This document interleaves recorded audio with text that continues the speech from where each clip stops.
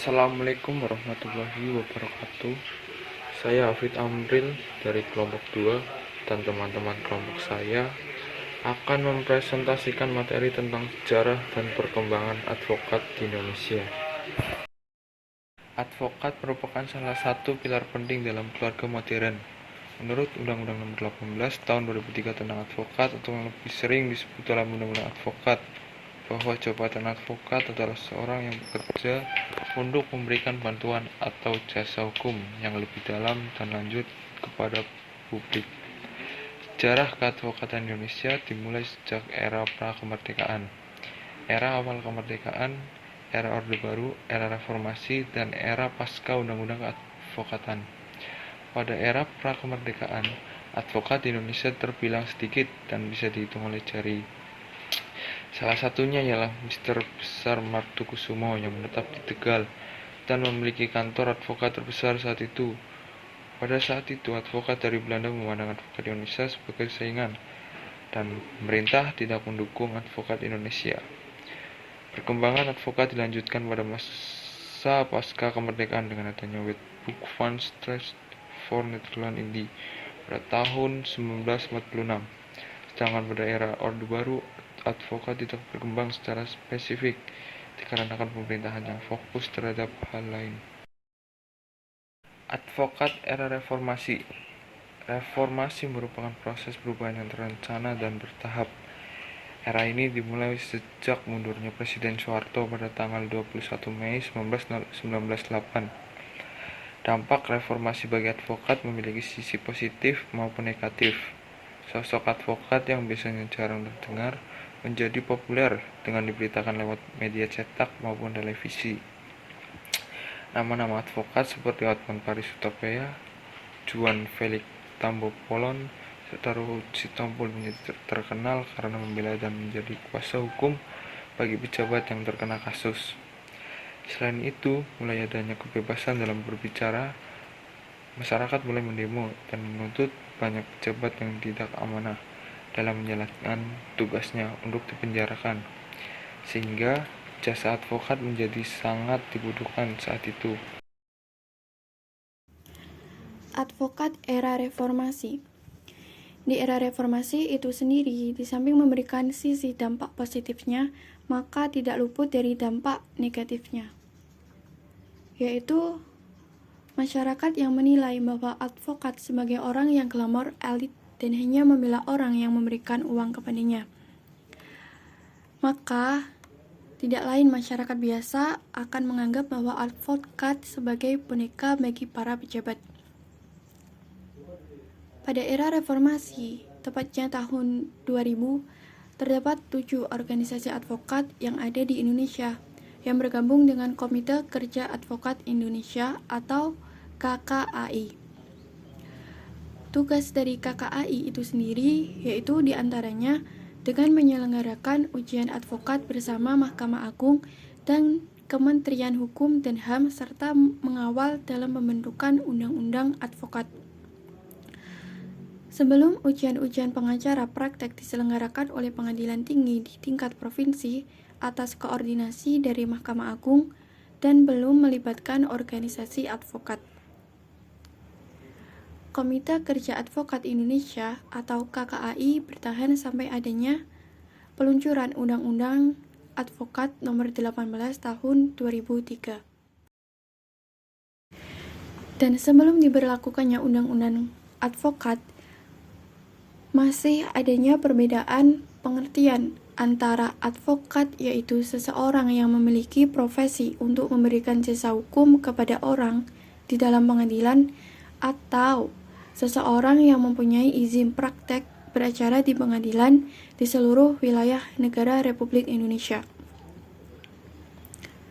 Sedangkan yang dimaksud dengan pengacara biasa adalah seseorang yang memiliki profesi untuk memberikan jasa hukum di dalam pengadilan di lingkup wilayah yang sesuai dengan izin praktek beracara yang dimilikinya. Sehingga apabila pengacara tersebut akan beracara di luar lingkup wilayah izin prakteknya tersebut, maka ia harus meminta izin terlebih dahulu ke pengadilan di mana ia akan beracara. Selanjutnya yaitu advokat di era pasca diterbitkannya Undang-Undang Advokat. Seiring dengan meningkatnya kemudahan masyarakat akan jasa hukum dalam segala aktivitasnya, mendorong peningkatan mutu profesi advokat yang bebas, mandiri, dan bertanggung jawab, agar terselenggaranya suatu peradilan yang jujur, adil, dan memiliki kepastian hukum bagi semua pencari keadilan. Maka dari itu, perlu adanya jaminan dan perlindungan bagi profesi advokat oleh undang-undang demi terselenggaranya upaya penegakan supremasi hukum. Dan berkaitan dengan hal tersebut, maka pemerintah bersama dengan DPR mengeluarkan Undang-Undang Nomor 18 Tahun 2003 tentang advokat. Perjuangan advokat Indonesia untuk mewujudkan undang-undang tentang profesi advokat dilatar belakangi oleh faktor, yaitu diantaranya advokat itu sendiri sering mendapatkan perlakuan tidak seimbang dari penegak hukum lain. Misalnya saja hakim, jaksa, dan polisi saat menjalankan profesinya. Ditambah dengan adanya ketidakjelasan fungsi, ketidakpastian mengenai kebijakan baik tentang rekrutmen, pengawasan, sampai ke penindakan terhadap advokat itu sendiri.